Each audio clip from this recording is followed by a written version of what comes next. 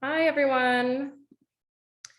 I'm going to give it a few minutes to let people kind of stream in here, but thank you for showing up today. It's great to have you guys. Robert, I don't think Thanks we've for doing met. this. Good to see you. Hi. Yeah, it's my first one. Nice. Nice to have you. Thank you. All right. I think what I'm going to do is just go ahead and go over Joanne's bio and a little bit about Joanne as we're waiting for people to come in here today. So Joanne, who is teaching Map Your Career, your filmmaking career today, has worked with international filmmakers for over 20 years. She's worked with hundreds of international producers, writers, directors, particularly from the US, UK, Brazil, Cuba, and the Caribbean. She is part Trinidadian. Joanne has had the privilege of studying with James Schamus, who is the producer and writer of Ang Lee's The Ice Storm, and former CEO of Focus Features Ted Hope, who was the producer of Brokeback Mountain. Laura Bickford, who is producer of Tropic, and Sergio Hirel, Cuban writer and director. And Lucy Barreto, who with her husband has produced over 200 films in Brazil. While directing a first-run cinema and film school in Miami Beach, Florida, Joanne developed and created the Florida Feature Film Competition, which led to the completion of several feature films. Entering the competition put producers through a process that upleveled their business and marketing packages while competing for a $200,000 prize. For the past 5 years now, I feel like it might be a little bit more. Joanne has been a business owner and business coach to about 100 filmmakers who now have 13 feature films in distribution, with 5 more coming out in the next few months. Many of her clients have films in festivals. They're winning awards, achieving visibility that they've always dreamed of. So clients have 108 feature films in various stages of development, from script to distribution, documentary, fiction.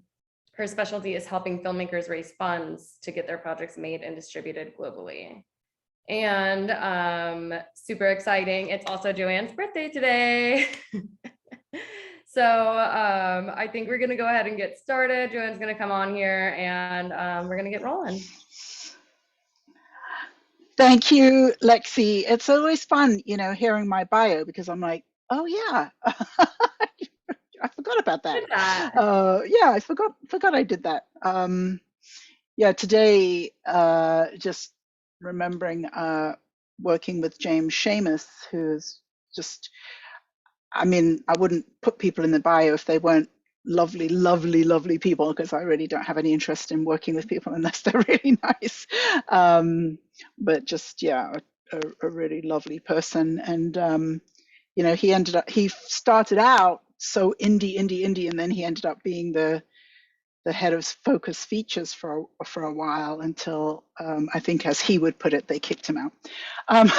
But yeah, truly lovely person. So good to see you all.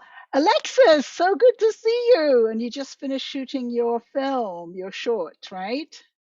That was a fantastic image that you put up there. That was great.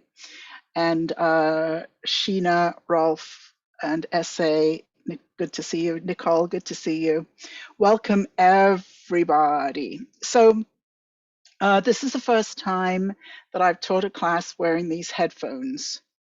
And it's really weird because it feels as if I'm talking to myself, and it's totally ruining my hair. So I have to get used to this. Robert obviously has done this before, but I'm like, they didn't tell me about how it's going to mess up my hair. So we'll see, but it's this weird, and I can do something with the sound, I think. Let's see if this is any better. But anyway, I hope you can hear me well, because that's why I'm wearing the damn things. So you got a little bit of about me. Now I would like to find out a little bit about you guys. So I'm assuming that you're all filmmakers, and I have a question for you. If you would come on video and raise your hand, I'd much prefer that than trying to read the chat, although Lexi helps me with that. How many of you have clarity about your career path and where you want to go as filmmakers?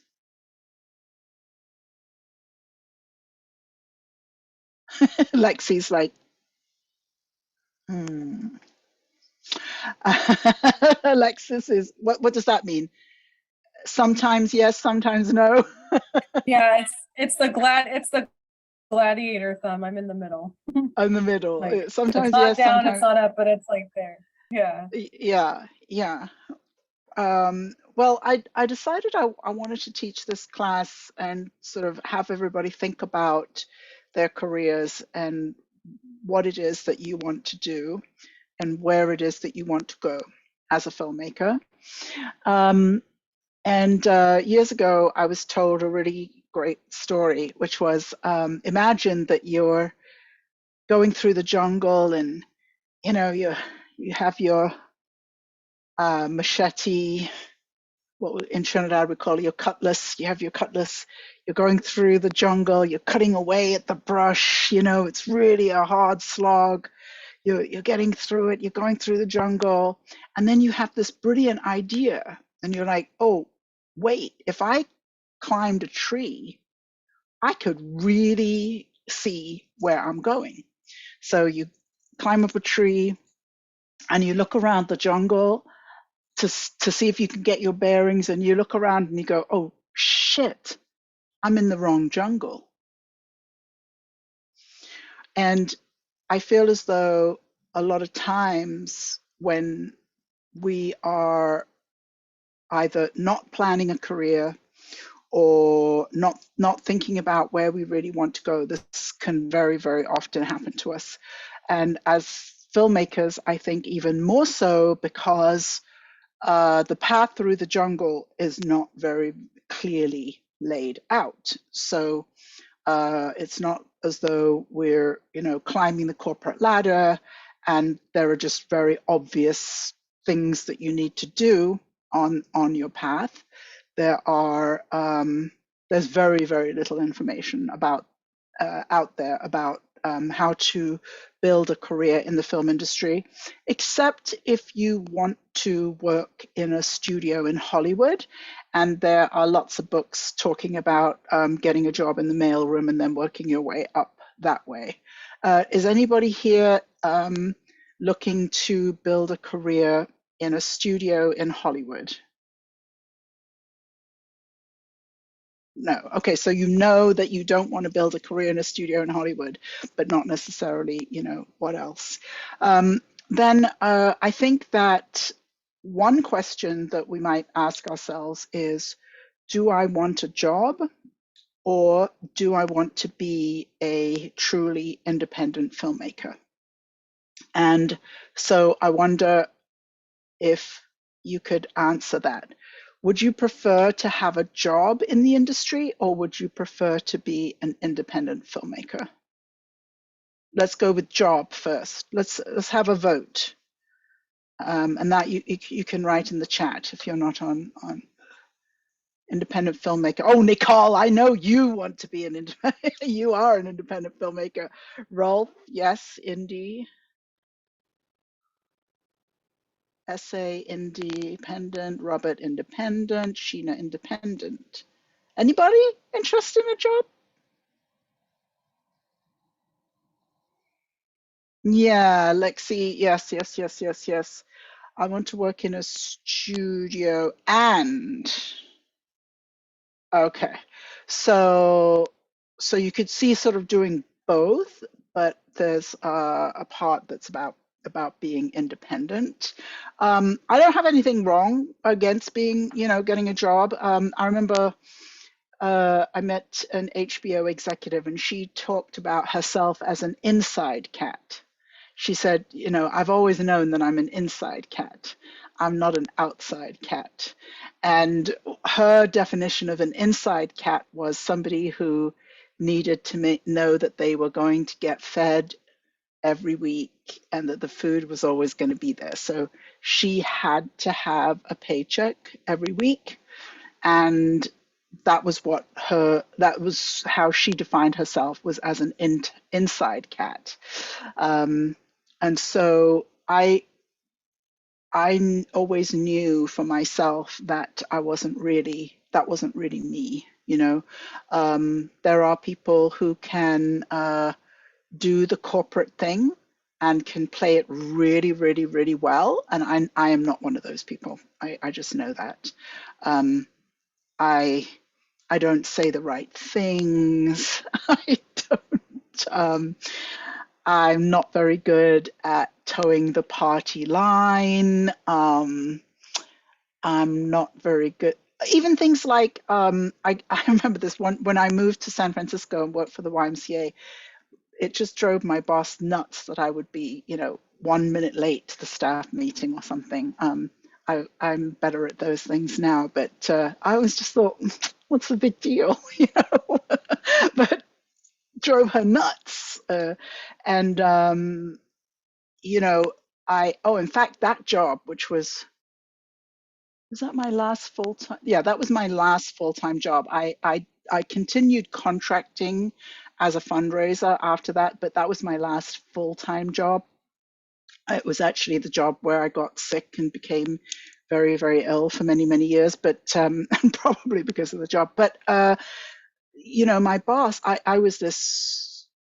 had been hired to be the director of development, and I was raising money, and I just blew all the goals. They would set goals, and I would just blow right through them and raise all this money, and I just thought it was fun. I really like raising money, and and she one of her rules was that I had to be in my office from 8 till 5 every day.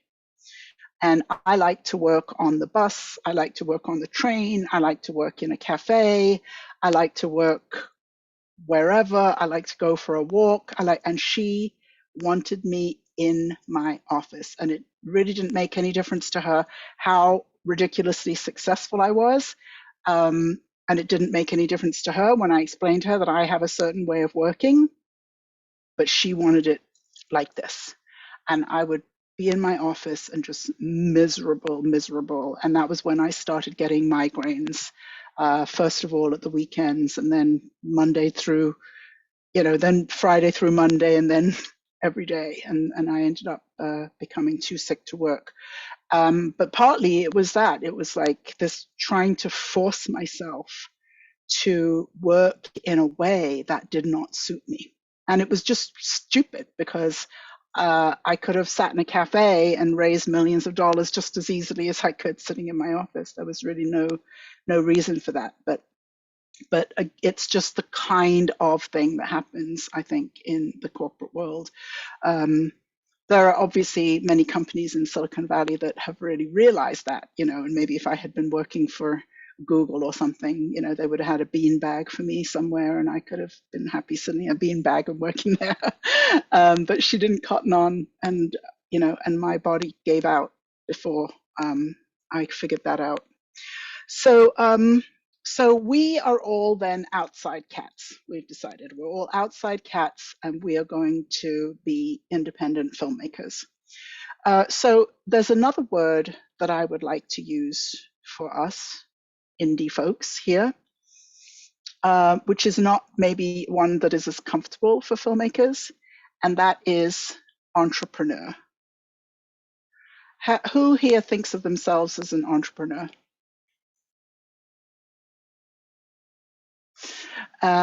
So thank you, SA. Yes. Nicole. Yes.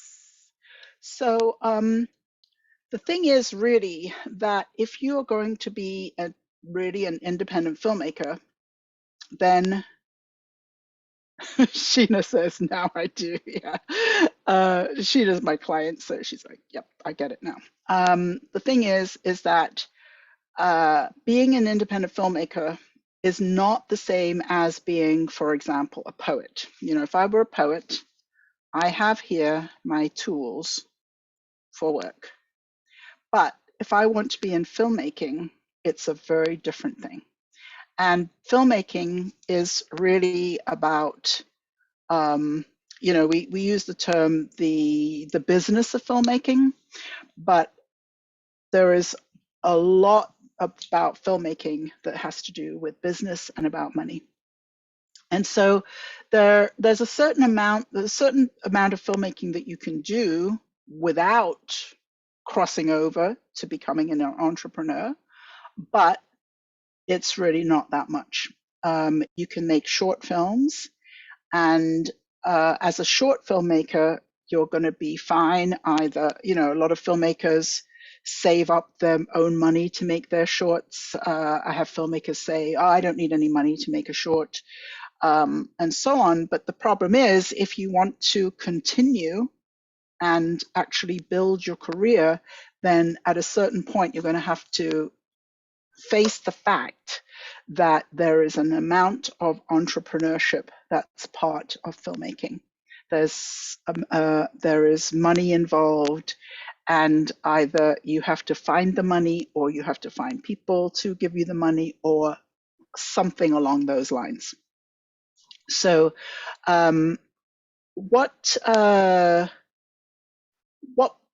let's see, what do you think that being an entrepreneur means? What does that involve? Anybody?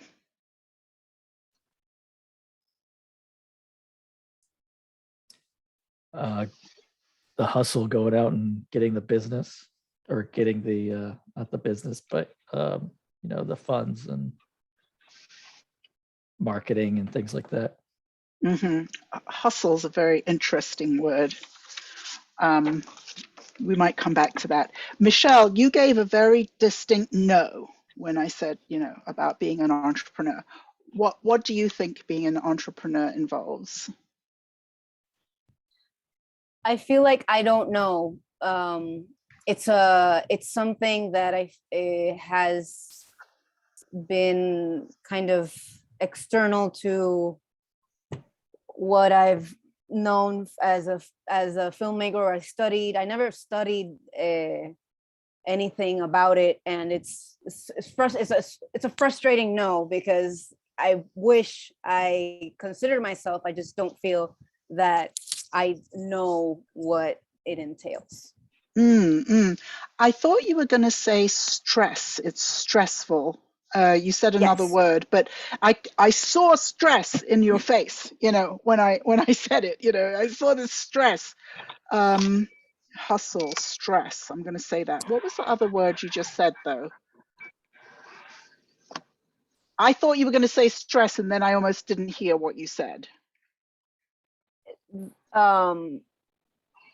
I was talking about how it's something that I don't know how to do, that it's external to my understanding of filmmaking. Right. Yes, Alexis, what do you think being an entrepreneur is? I think it's like just very self-serve, independent way of creating a business, creating a stable business. That's kind of what I think is, it comes from you and not from, like a corporate stem, basically. That's what I think of. I don't know if that's correct.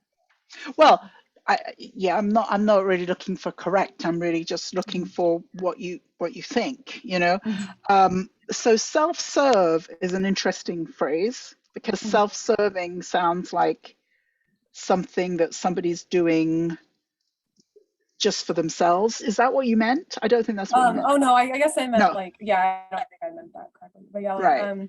Just that it comes from you, that it's not going to get done. Like there's not someone else really. I mean, of course, unless you're going with a team, obviously. But right, it's not like like the inside cat concept you brought up. The buck stops here. That There's kind of idea. There's no net riskier, but it's also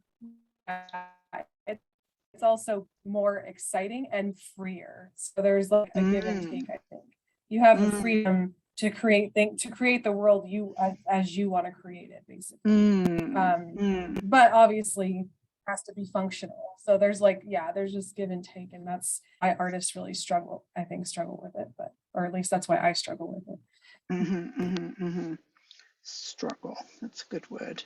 I see Sheena said the ability to take ownership of and responsibility. That's very grown-up sounding, Sheena. That's very, that's really nice.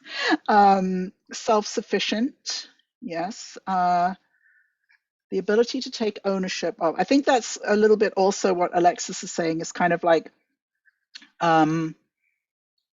there's no net. Yeah, there's the buck stops here. Yes, Alexis said that's what I meant. Ownership, taking ownership and responsibility, I think is great. So it's interesting, you know, I think that the idea for a filmmaker who's an artist, I'll show you my very, very highly developed visual aid that I brought today.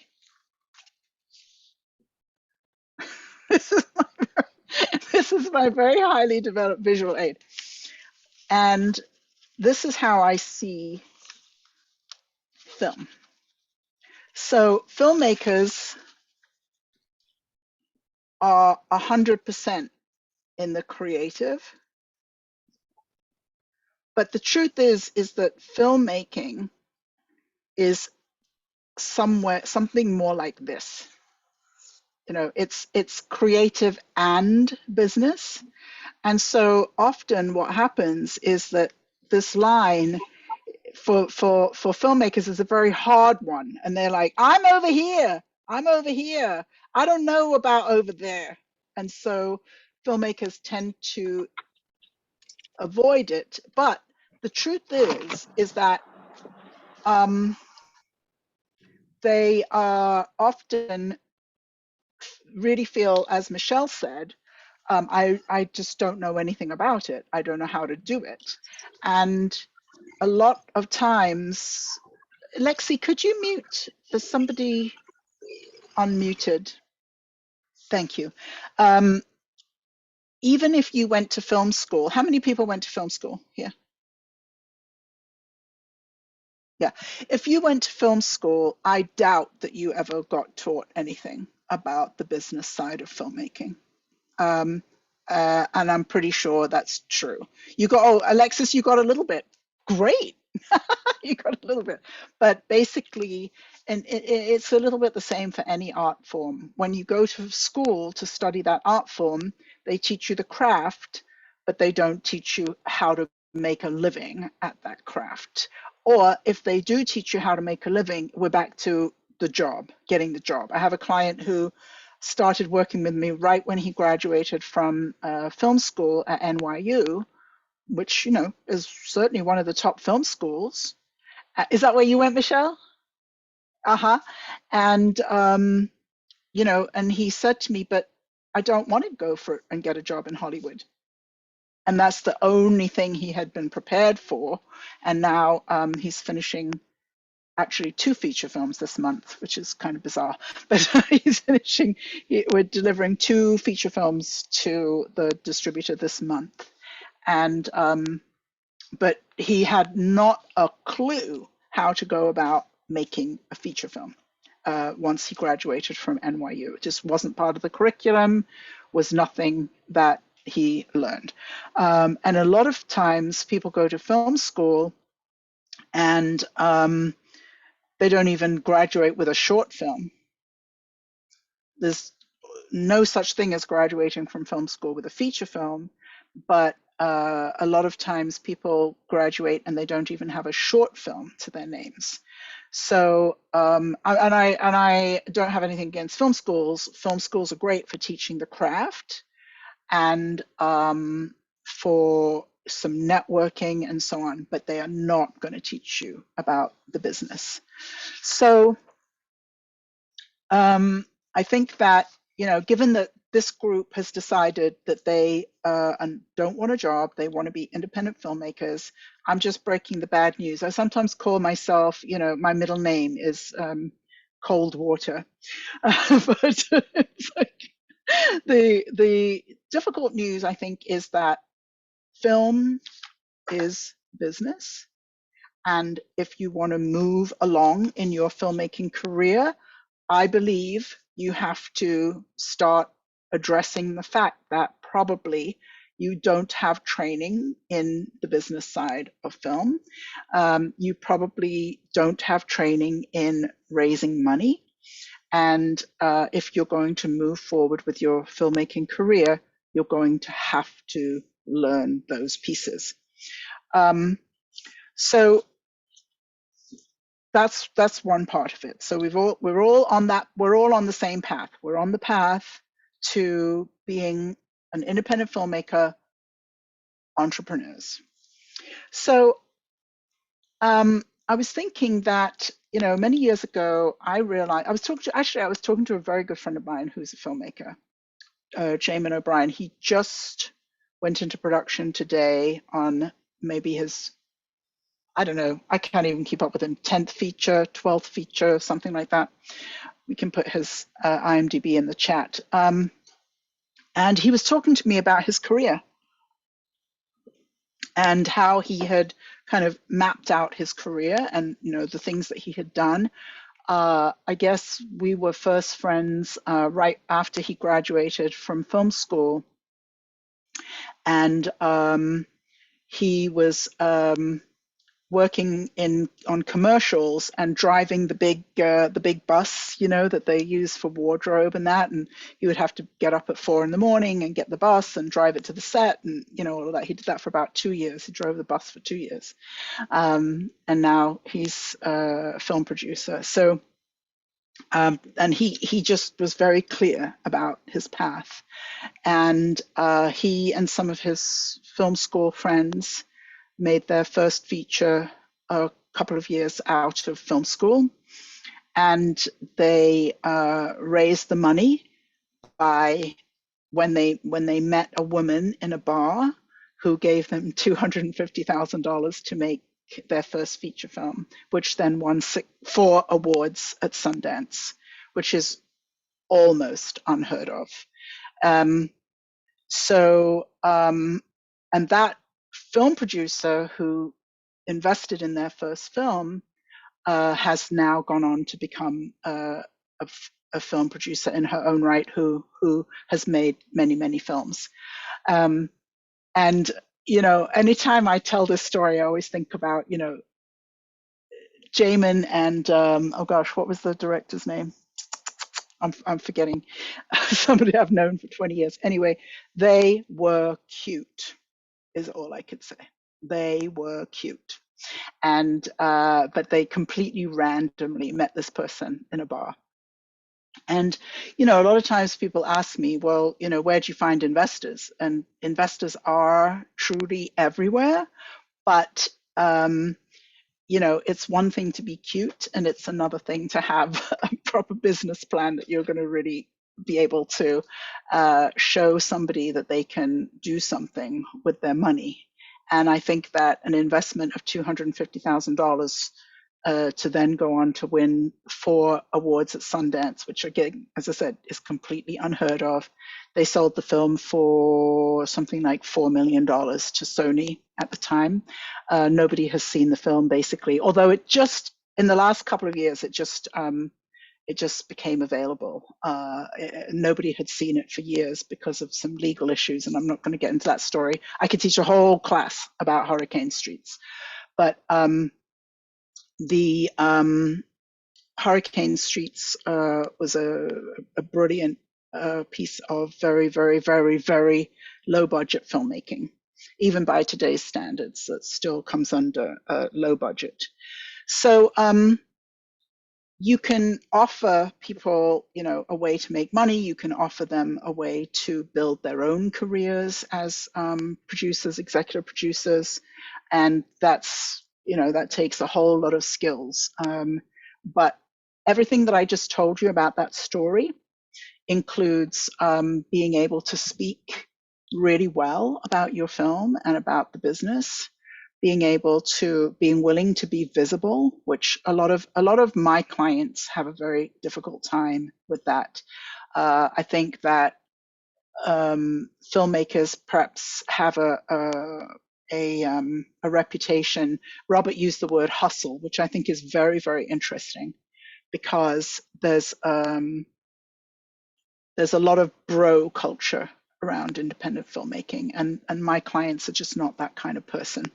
My clients are often people who are very shy, who have a message burning inside them, but they're shy, they're quiet, they have a difficult time speaking up, speaking about their work. They have a difficult time being confident and sounding confident. And it's like the exact opposite of the whole hustle culture, the exact opposite. And I don't ever want them to feel like they have to become that hustle person, that have that hustle kind of mentality. But there is something about learning to be visible. And I think that once you can speak really well about the business side of film, and you can speak confidently about your film in the context of that business, it really helps with that visibility. Because often, I mean, I always think, you know, if I don't know what I'm talking about, how am I going to talk to anybody? But if I can speak intelligently and confidently, then yeah, I'll talk to anybody, kind of thing, you know. So I think that is something really important. And if we were thinking about building a career, let's say we were trying to build a career in the corporate world, and I'm going to stay away from film for this kind of example, but let's imagine that we are going to work our way up a career for a company that creates parts for airplanes. It's not like filmmaking, but we're going to work our way up in this company. And we are going to make a career plan for how we're going to work our way up in this company. What would be some of the ways that we would be able to see that we are being successful as we're building our careers? What would be some of the benchmarks that would show that we've been successful with our careers? How would you measure that you're moving up in your career? How would you measure that in our airplane parts company?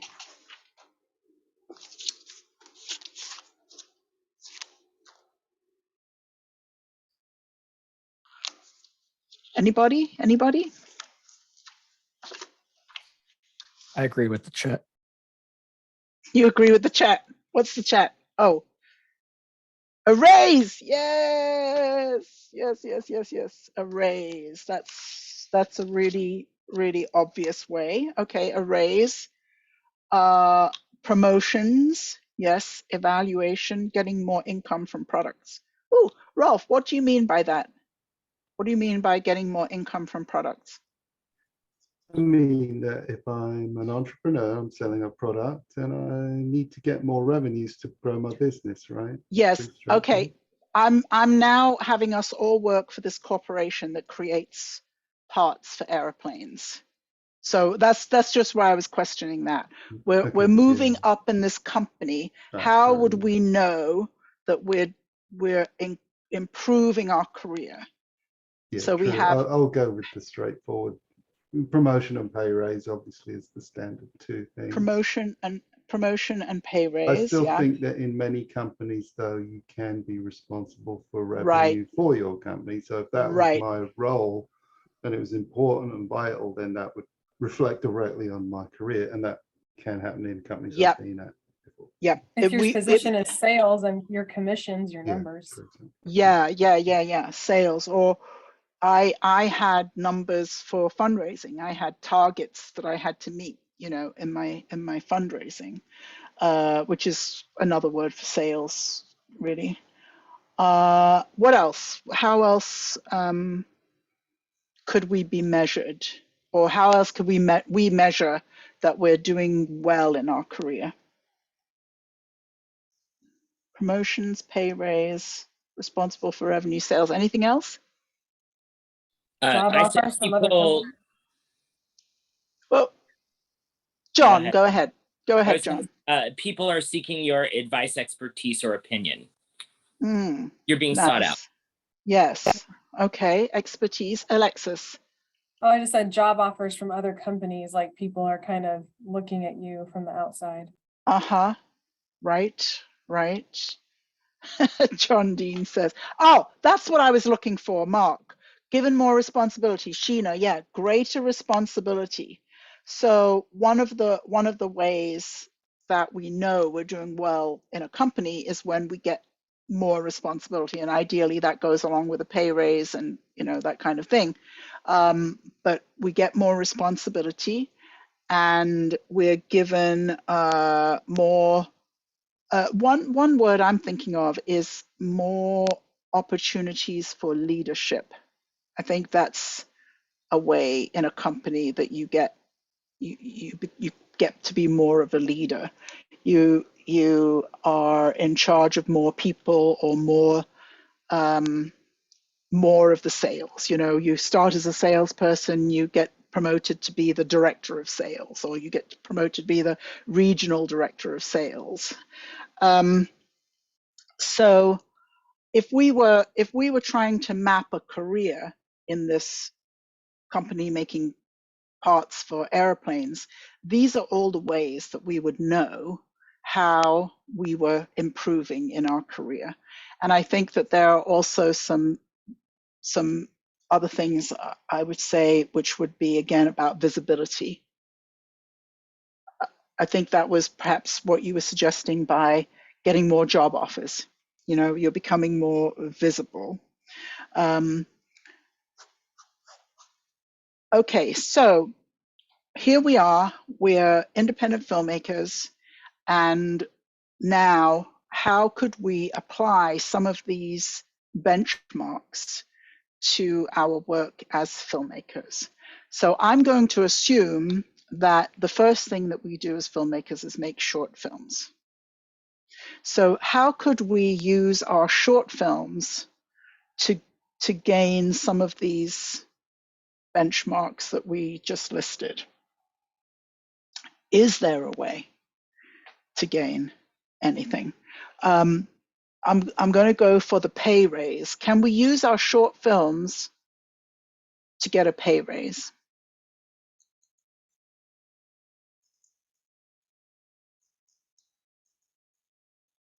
Can we use our short films? Come on, one of my clients, I'm going to start calling you on you, because you know the answer to this. Can you use your short films to get a pay raise?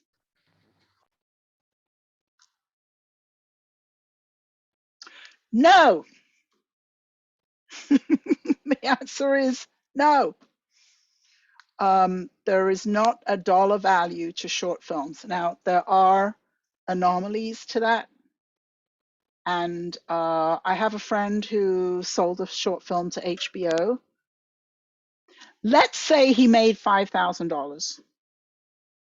The film costs definitely more than $5,000 to make, but let's say he made $5,000. That's great. And that's about as good as it's going to get, because HBO pays about the best of all the streamers. But I don't know that that's going to really help my career. But there are other reasons why it might be great to sell a film to HBO. So thinking about these other benchmarks, let's use that. Let's say we have a short film. I think that's about as good as it could get. I'm going to sell my short film to HBO. What other benefits am I going to get from selling my film to HBO?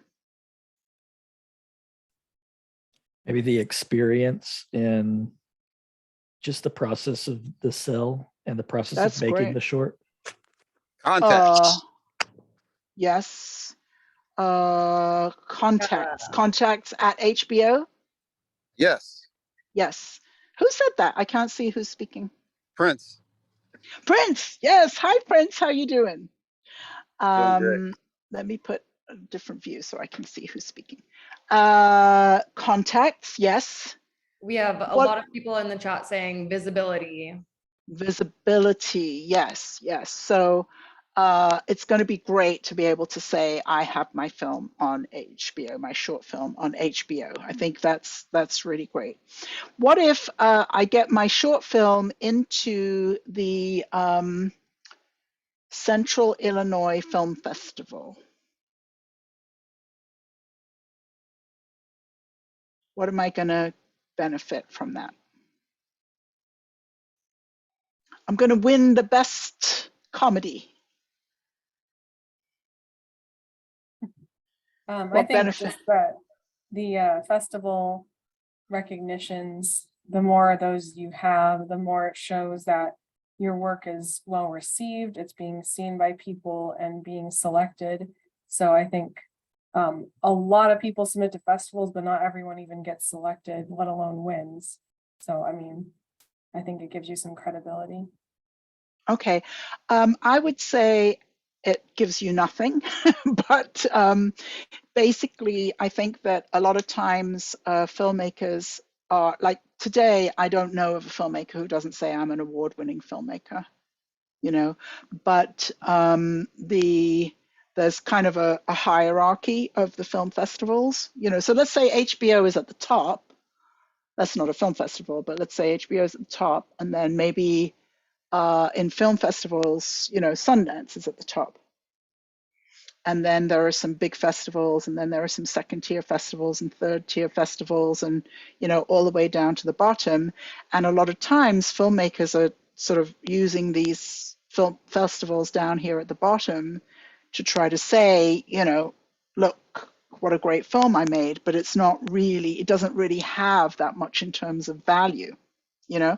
But I think going to film festivals is fabulous, and it's great networking and a great way to meet people and meet other filmmakers and meet other filmmakers whose work you like, and all of that stuff is fabulous. But I think that it doesn't really count for much if you get your film into a little film festival, not in terms of building your career. Okay, so those, I'm just making a distinction about building your career. Having a lot of fun, absolutely. So is it could getting your short film into a film festival help with something like job offers? Do you think it might help with that? Maybe credibility. I think I think that would depend on the level of the film festival, you know. So if you can say, I have my film at Sundance, or I have my film at Cannes, or I have my film at South by Southwest, that's credibility. I think that goes away once you get past the second tier festivals. You know, once you get further down than that, I think it goes away. And again, super fun and great way to enjoy yourself as a filmmaker, but not necessarily a way to build your career. Okay, so let's say you've made a couple of shorts, you've been in festivals, you've had a lot of fun, you've met lots of great filmmakers. What do you think, what would be, why would you choose to go ahead and make a feature film? What would be the importance of that in terms of your career? In terms of your career, what do you think you could get out of making a feature film?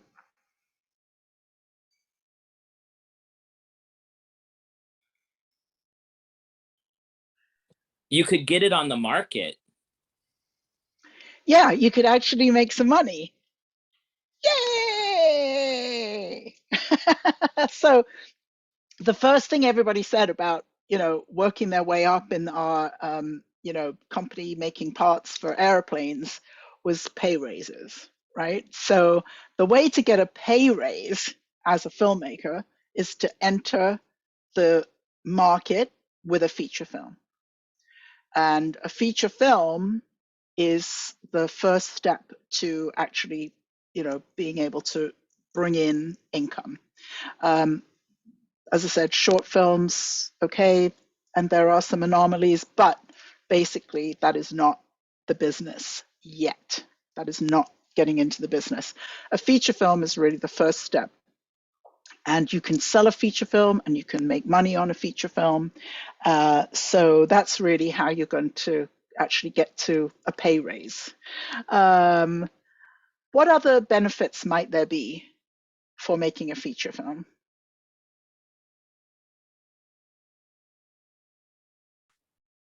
All the experience and networking with other people that can help build toward a second feature film. Mm-hmm, mm-hmm. Yep, for sure.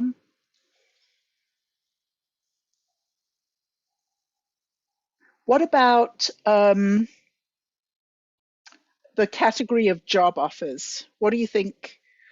How do you think you would come across as a filmmaker if you can say I've already made a feature film?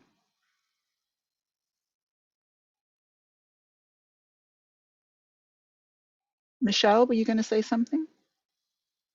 No, no. Well, one thing that I would say is that if you, in order to be hired to work, really you have to have made a feature film.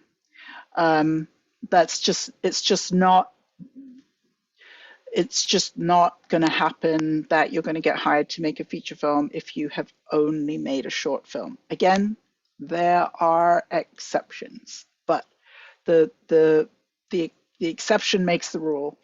If you want to get hired as a director, you need to have already directed a feature film, made a feature film.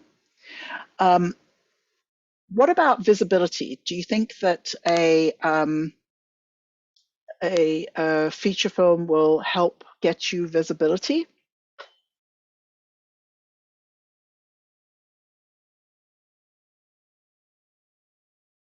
Prince says yes. What way do you think a feature film will help you get visibility, Prince? Well, one, you're just if you're assuming you've already, done the feature film and you're exposed on like databases like IMDb and stuff like that, that immediately improves your like overall ranking. I'm sure their algorithm takes that into account.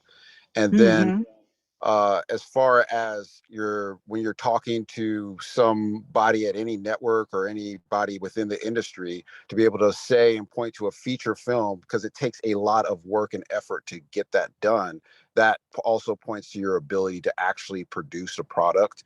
So that lends a lot to people's confidence in you and your confidence in being able to talk to somebody else about doing this, repeating this, whatever the job might be, the next time. Yes, I really think that's for me anyway, this is the big line. There's the filmmakers who have already made a feature film, and those filmmakers have very much separated themselves from the, I don't know, millions of filmmakers who are making shorts.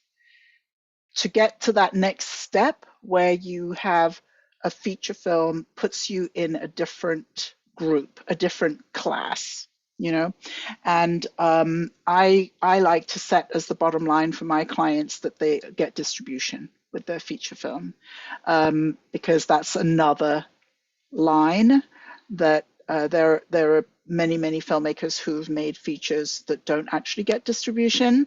So I think navigating that piece is really significant.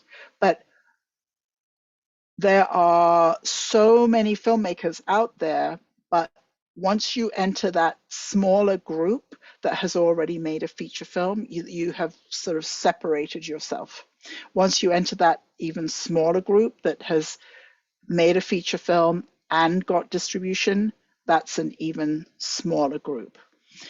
And the next way to differentiate yourself is Joanne, to be I was able going to ask a question, if that's okay, about what you just mentioned. Yeah, go ahead. So I was talking to my friend who's a marketing officer at a streaming company, and he mentioned that he said that right now distribution is the easiest that it's ever been. Is that correct? That's absolutely correct. Yes, absolutely correct. There are more ways of getting your film distributed and more ways of making money. The thing that I would say to differentiate the next step is to actually make money on the film.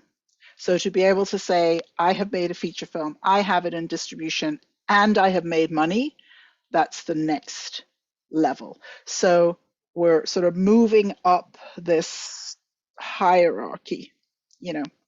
And in the film world, and this is why I sort of go back to my very complex show and tell here. In film, there's always a level of how good is the film in terms of the creative, but there's always how good is the film in terms of business. And so those two things go hand in hand. And even as audience members, you know, I mean, when I started in the business, this was not the case, but today it's absolutely standard to judge a film by how much money it made. Absolutely standard. What did I see this weekend? Thor. I don't even know what Thor is about. It's not a film I would even think about going to see, but it's in the paper as being the film that made the most money this week, right? So any audience member, any 10-year-old kid knows that films are judged by the money they make, you know? So having this balance is really important. You know, we can't just say, well, the creative was good, but nobody saw it. The creative was great, but nobody bought a ticket. The creative was great, but it's, you know, I showed it to 5 of my good friends. That's just not how film works. So I personally like to use, I'm always talking about Barry Jenkins because I'm such a fan, but Barry Jenkins made 2 shorts before he made his first feature. And anybody who's heard me teach before has probably heard me use this example. But what is Barry Jenkins' first feature film? What was his first feature film?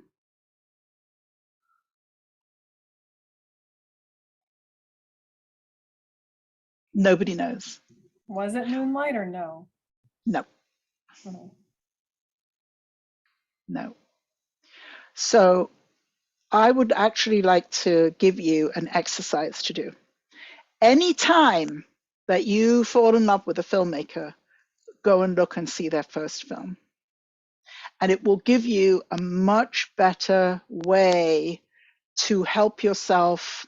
I'm not big into comparing, but it'll give you a much better way of looking at a sort of a more realistic picture, you know? So Barry Jenkins' first feature film was called Medicine for Melancholy. And he made that film when he still lived in San Francisco. And I wonder if I can actually show you this trailer. Let's see if I share my screen.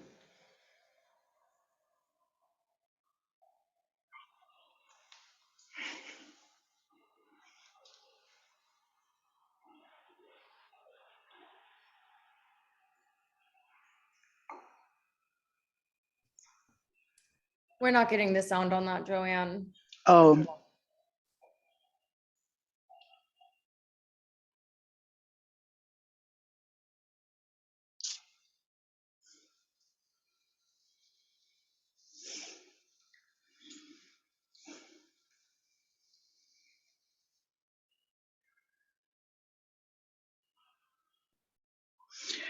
I don't know why it does that, but did you get a sense of the budget of that film? Yes. Yeah, what would you guess the budget was? Under 200,000. Okay, Michelle, what were you going to say? Yeah, same thing, tiny budget. Okay, did you see some of the prizes? Did you see it got into South by Southwest? It got into Sundance? Yeah, anybody else want to take a guess at the budget?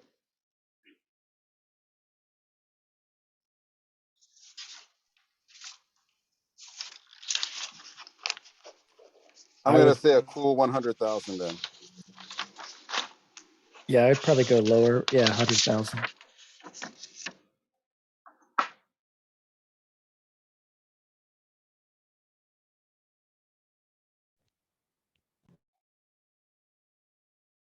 $13,000. What are you saying, Michelle? I got to know what you're saying. But how long ago? What was the year on that film? I'm looking at it. Anyway. 2008. 2008. Okay. Yeah. Jesus. Yeah. Let's say the budget, you know, inflation, maybe $20,000. Okay. You know, and I would really, I've asked so many people to do this, but I would really challenge you all to watch that film and ask yourself, what got that film into Sundance? Even though you couldn't hear the sound and you just could see some images. I mean, just that shot of the two of them sitting in the car, I think is really striking. Thank you, Lexi. $17,648. Yeah, because he's always worked with the same cinematographer who is really fantastic. But $13,000. And I think, you know, it's enough to see. And again, you know, you watch the film, I think it's enough to see that he's a genius. But, you know, you watch it yourself and make that decision. But everybody that I bring this up to thinks Moonlight is Barry Jenkins' first film. You know, in fact, after he got Moonlight into Sundance, he moved to LA and he spent 2 or 3 years pitching, and got nowhere. And he finally gave up on his film career. And it wasn't until a friend of his said, I want you to pitch me your ideas and we're going to get on the phone once a week. It was like she became a coach. She became his coach. And he pitched for a year and eventually pitched Moonlight and pitched Beale Street. And when I heard him, he was in Miami and he gave like an hour and a half long talk. He'd already made Beale Street at that point, but he hadn't made Underground Railroad. But he said that the big thing for him was that during that year, working with her, she's one of the producers on Moonlight, working with her, he realized that he was a Miami filmmaker. You know, he had been living in San Francisco. He made Medicine Man. He got it into Sundance. Did what you're supposed to do. What you're supposed to do in your career. He went to LA. He's pitching projects in LA, pitching, and trying to be an LA filmmaker is the way he put it. He was trying to be an LA filmmaker, and it just destroyed him. It really destroyed him. He didn't make Moonlight for 8 years. 8 years. And I always used to say I would never allow a client of mine to just pitch for 8 years. But when I heard him really tell the story in great depth, I mean, I'd already listened to everything he ever said about it, but he said, you know, I had to realize I was a Miami filmmaker. And I had a Miami story to tell. I'm a Miami filmmaker. And so 8 years later, he made Moonlight, which is, as far as I can tell, the lowest budget film that's ever won Best Picture. It was $1.5 million. And so I think technically the lowest budget picture is Rocky, but if you do Rocky's budget by the time Moonlight came out, it actually has a bigger budget than Moonlight. So Moonlight is the lowest budget film that made Best Picture. But anyway, so I love Barry Jenkins' plan. 2 shorts and a feature. 2 shorts and a feature. But where a lot of times filmmakers get stuck at that point is that they want to raise more money. Of course, they want to raise more money. That makes sense.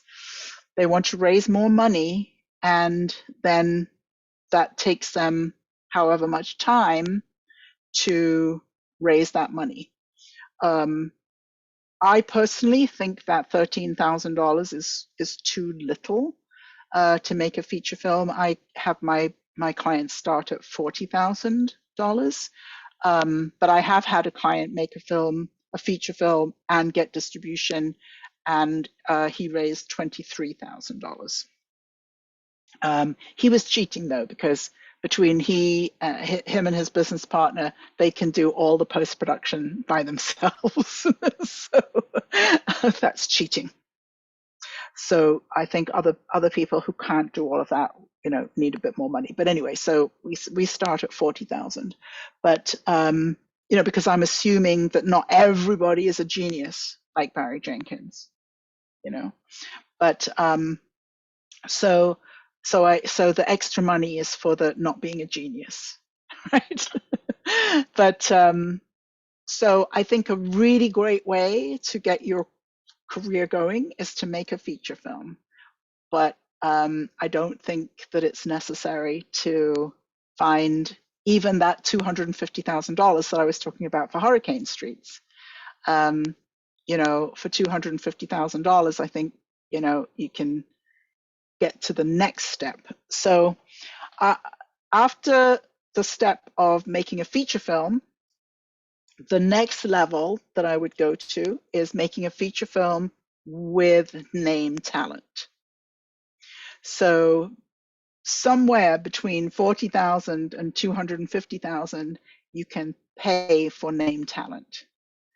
And so that will take another step up, and that will take a step up in terms of many things that we were looking for here. Visibility. It takes another step up in terms of earning money. The film will earn more money if you have names. It may be a step up in terms of leadership and that kind of thing, but basically that's sort of the next step. First feature with names would be the next step. So who then here is ready to make their first feature? And how do you know if you're ready to make your first feature?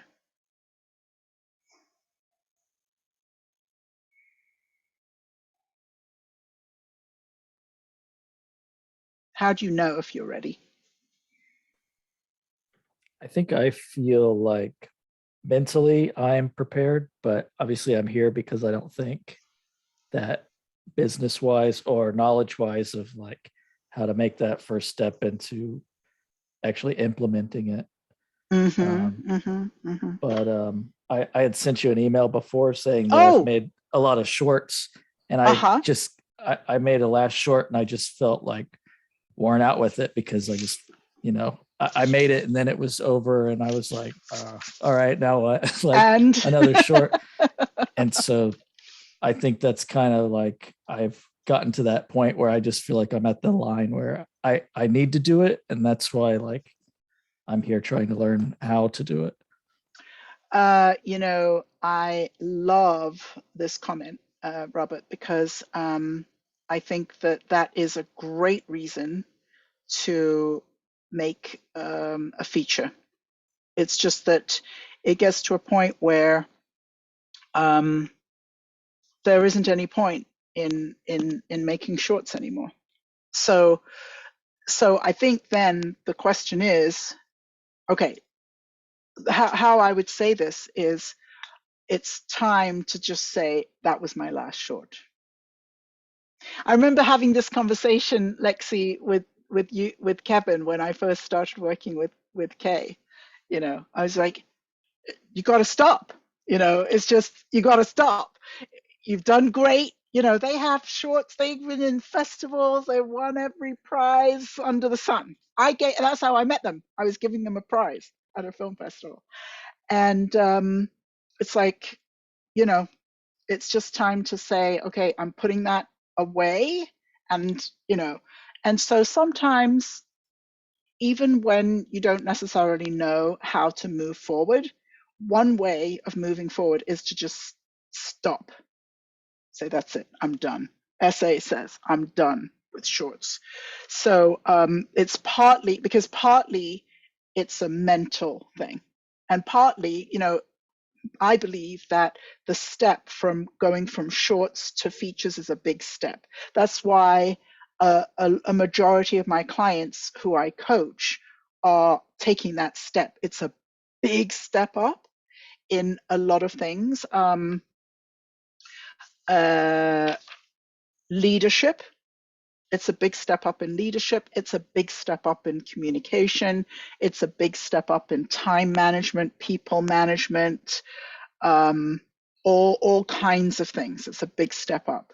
So, you know, it's a great time to have a mentor like me or somebody else who does what I do. Although I don't think there is anybody else who does what I do. But anyway, somebody else who does what I do, and, you know, help make that big step. What else do you think, Robert, you would need to be able to make that step? Where is it that you need help?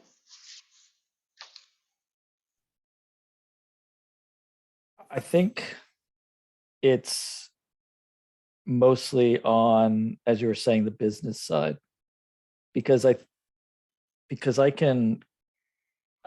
also, I'm a writer. So as writing, I can feel like come up with an idea, and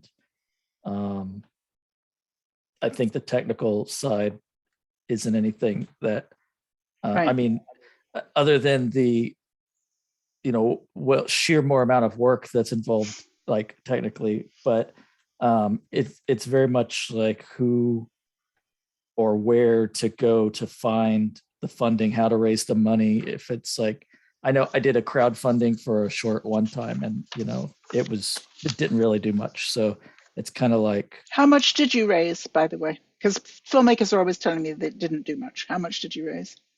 Like $200, I think. Oh, okay, that wasn't very yeah. much. No, it was like nothing. I think that's probably where I'm lacking in like the resources to back the film, is where I'm looking for more guidance on. Mm-hmm, mm-hmm. Well, one thing about the money is that often filmmakers will focus on the money that they need to spend rather than the money they're going to make. So if we were back at the company making parts for this airplane, you know, we would think about, well, if we want to, let's say, you know, we make parts A, B, and C, and now we're going to start making part D, you know, we would have to have a whole plan, you know, how is that going to pay off? And then we would work out what investment we could make. If we could make $200 million, our investment would be different than if we figured out we could make $2 million. So what I hear all the time is that filmmakers are always looking at how much they're going to spend instead of how much they're going to make. And that's really, so when we're deciding between, are we going with 40,000? Are we going with that more like 250,000? Or are we going with a bigger number? Usually what I find is that filmmakers don't have any information about the money coming back. And there is no way that any other business would function that way. How are we going to make our money back? And so I feel as though a lot of times my job with filmmakers is just getting them to go over there. How is the money going to come back? And then we can think about how much we're going to raise. So that's a really important piece. Thank you so much, Robert. Lovely to meet you. And I did miss your email, but I'll find it when I when I get there. Who else would like to? Michelle, I'm going to pick on you. What do you need to be able to take that step and get to your feature film?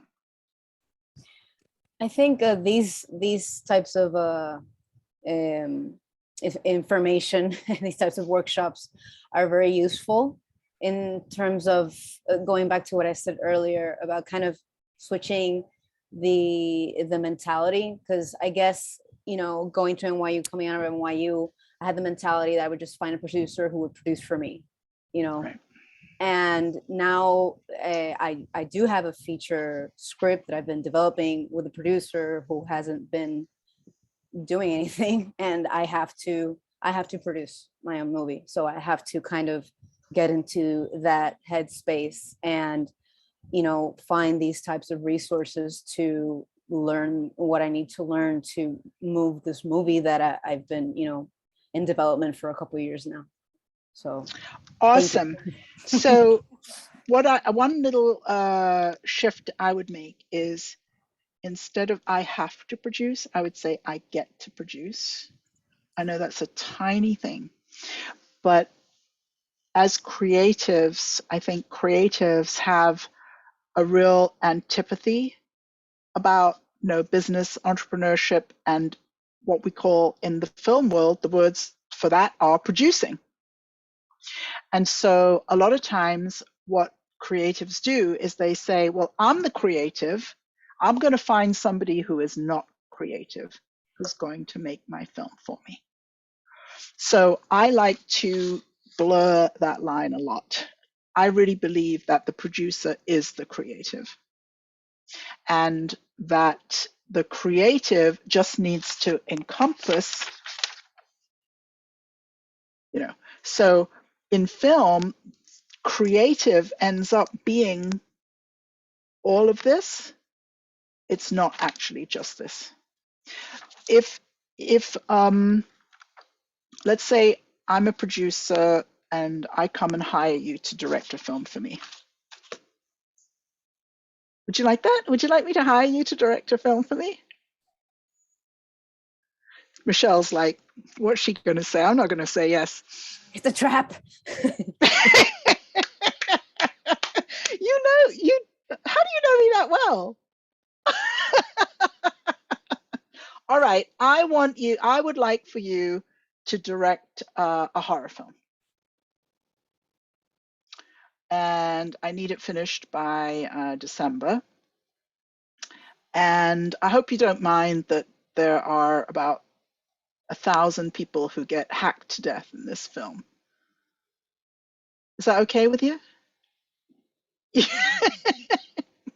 Would you be all right making Michelle is like trying to swallow this. Like, okay.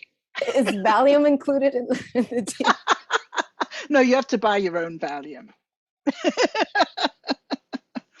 I am just making the point that when you're a director for hire, you don't get to direct what you want to direct.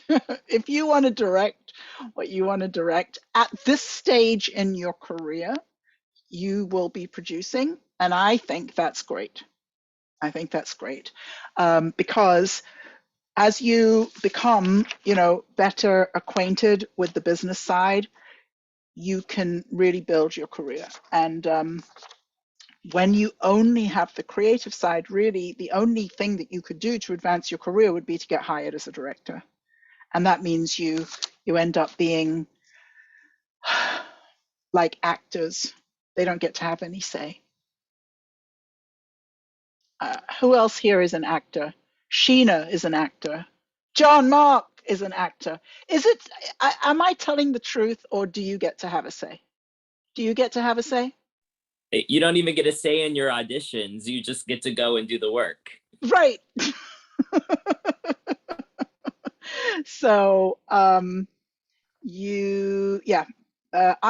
think, you know, I thought about acting for a while, and I think I just was like, I just don't think I just need to be in charge more than that.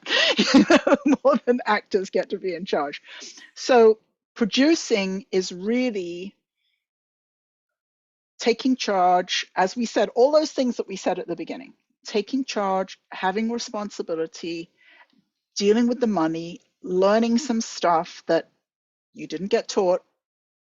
I know you didn't get taught any of those things, but it's really great. And one of the things I talk about with fundraising is I call it building your fundraising muscle.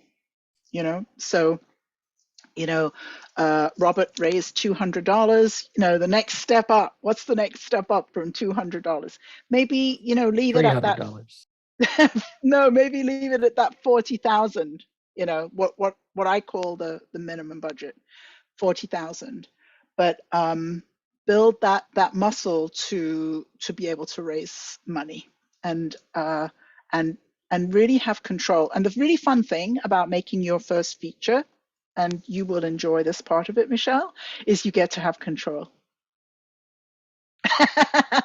You get to make all the decisions, you get to have creative control, and you probably don't have to worry about anything that anybody else thinks or wants to do.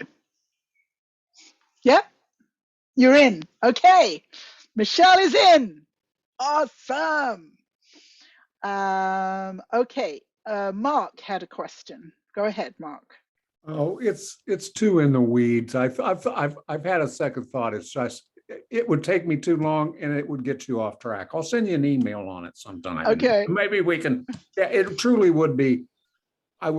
I'm going off track, and I don't like to do that in the Zoom session. Thank you. Thank you for that.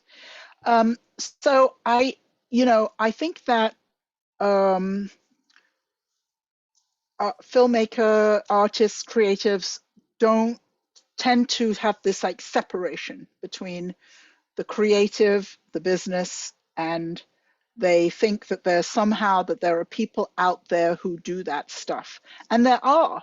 You know I'm a producer to my core. I am a producer to my core. The first time I ever found myself in the position where I was directing, I was bored. I was literally bored. I was like, is that all you have to do? You know, I was like, no, I'm a producer. And at the time, Jamin O'Brien, who I talked about before, my best friend, Jamin, you know, we discovered at the same time that we were producers, where everything in film says you're supposed to be a director, but we were like, oh, we're producers. And so I'm a producer to my core. But I think that when you are taking that step in your career to making your first feature, it's the truth is that you can't really guarantee somebody that they're going to make money. You can't really show somebody that you can make money yet. So it's very unlikely that you're going to find a producer to produce your film. It's very unlikely that you're going to be able to make this split where you are just the creative and there's somebody who does the business. But I don't think that's really the best thing anyway. I think you've got to learn some of this stuff, you know, and you may as well start now, you know, because if you want to write your own work, direct your own work, frankly, you will be in the business side of producing and raising money for the rest of your career. And it's just the way it is. Years ago, Robert Redford, who surely must know everybody, you know, he's an A-list talent in Hollywood. He's got Sundance. Could whoever that is mute? You know, he must know everybody, but he wanted to make this movie quiz show, and it took him 6 years to raise the money. There is never going to be a day in your filmmaking career where you are not going to be involved in raising money. It's not going to happen. You know, Martin Scorsese, I don't know, Francis Ford Coppola, whoever you want to think of, they have to find the money for their films. Quentin Tarantino, you know, before Quentin Tarantino made Reservoir Dogs, before he became Quentin Tarantino, he met a friend of mine who had got his short film into the Venice Film Festival. And Quentin Tarantino came to see his short film. It wasn't that short, actually. It was a 30-minute short about a young Colombian woman who had moved to America and was working for a cleaning company that specialized in cleaning up after murders. And Quentin Tarantino really loved the film.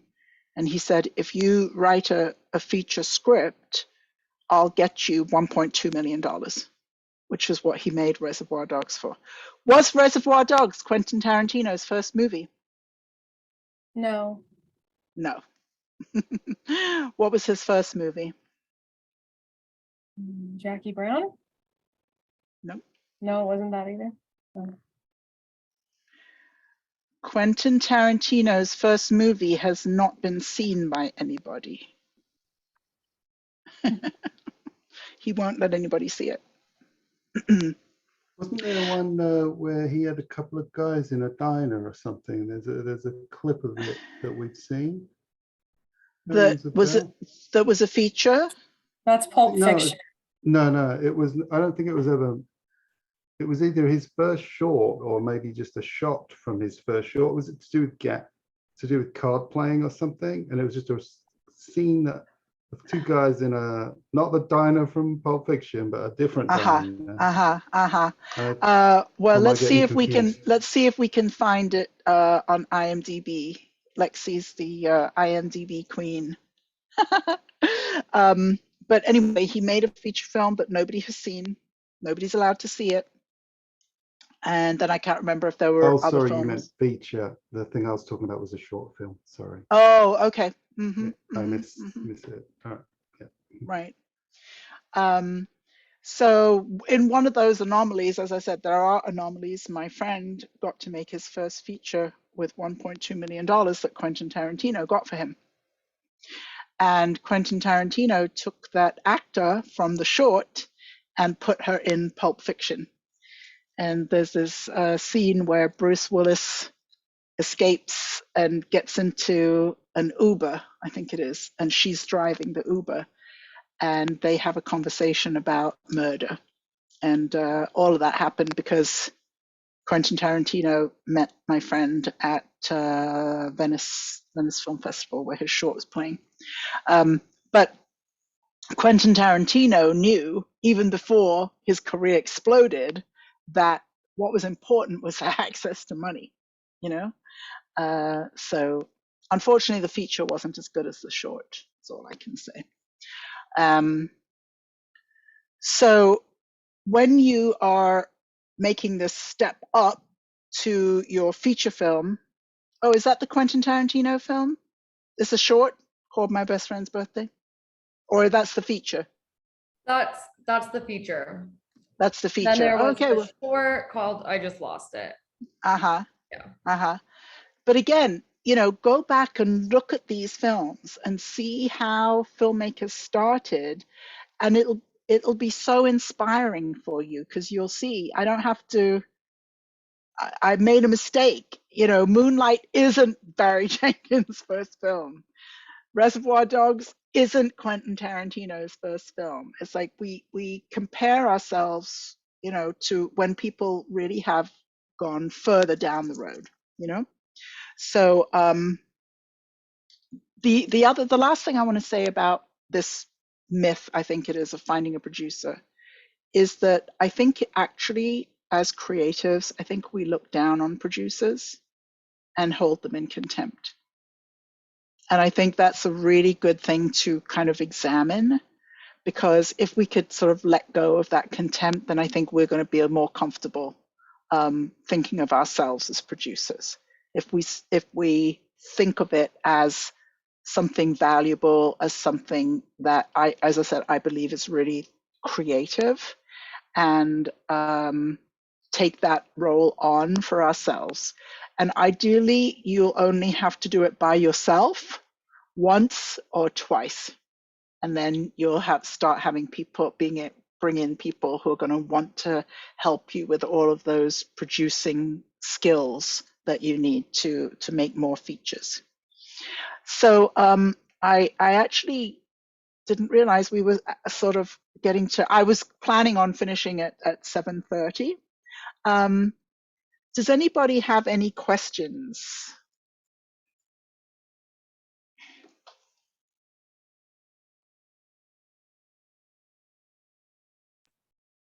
When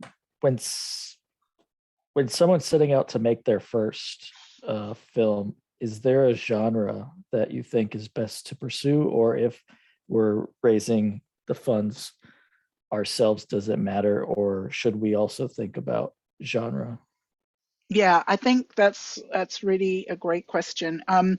The genres that are most likely to sell are, well, what's the one we all know?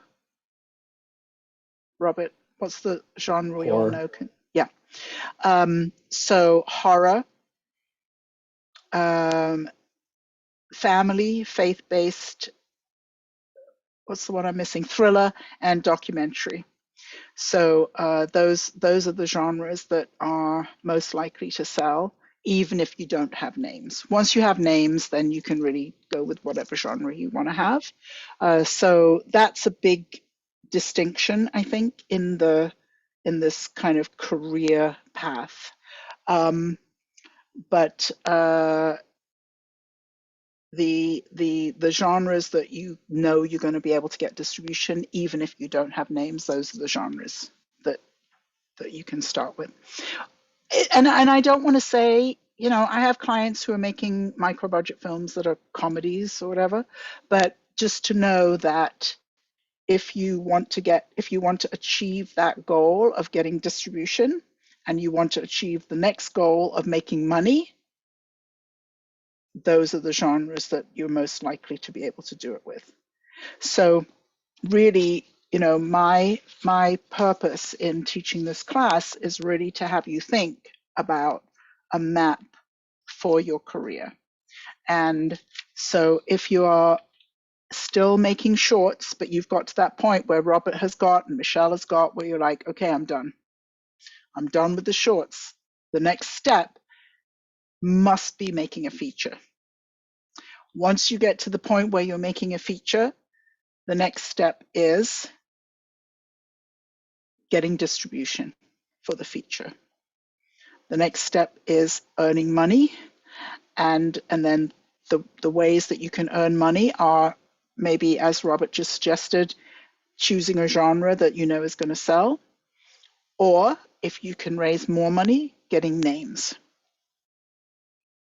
And then after that, what do you do next? Get your Oscar. Why not? Why not? I have a client who said her goal for her first feature is to become that country's foreign language Oscar entry. I think it's a great goal. These are the steps to take to build your career. And as I said, this is for those filmmakers who want to make their own films, who are not looking to get a job. I don't have anything against jobs, but these are the steps to take. So quit making shorts, make your first feature, be your own producer, get distribution, earn money, and then the next step would be to add names, name talent for your film so that you can make even more money and win an Oscar. So I hope this helps clarify something of a map for your career. Does it help? Does it help you know what to do next? Yes. Anybody? No, I just still don't know what to do next. John Mark, did we sing? No, we didn't sing happy birthday yet. All right, everybody, here we go. Happy birthday to you. Happy birthday to you. Happy birthday, dear Joanne. Happy birthday to you. Yay! Fabuloso. Thank you so much. Thank you for coming. Thank you for participating. Thank you for all your questions. Thank you for happy birthday. Where is everybody zooming in from? Oh, Michelle, you're in Puerto Rico, right? Puerto Rico, yes. Fabuloso. I'm in Kissimmee, Florida. Oh, I'm in Hollywood, Florida. Kremena's in Texas. Nice to meet you face to face, Kremena. Where are you, Alexis? I always forget where you are. I'm in LA right now in Koreatown because we shot the short film. So I'm going to be here till another several, almost a week actually. Yeah. Okay, and then you go back to Arizona. Mm-hmm. Yes. John Mark, where are you? I'm in Monterey, California right now. California. Lexi's in California. John Dean, where are you?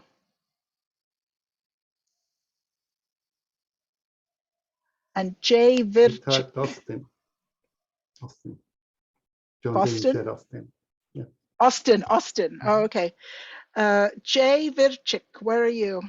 I'm not sure if you can speak because we haven't heard from you. Mark is in Manhattan. SA is in Atlanta. Sheena is in Columbia. Fabulous. Kremena, where are you? Kremena said Texas. Texas. Okay. All right. Wonderful. We had a good range. Well, thank you so much, everybody, for coming. I'm still not sure how I feel about the headphones thing, but it's good to. Okay. San Francisco. That's where I was until a couple of years ago. But great to meet you all. And I hope that you all have a clear map now for your careers. Yes?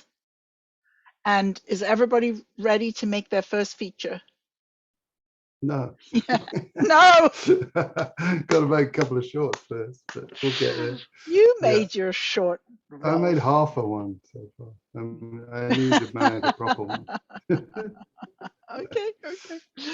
All right. Good night, everybody. Thanks so much, everybody, for coming. Thank you. Bye. And and we put in the chat my calendar. If you would like to talk to me about working with me, I would love to talk to you and help you along, help you up that big mountain to make your first feature.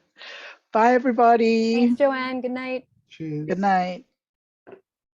Thank you, Lexi. Thank you. Thank you. Thank you.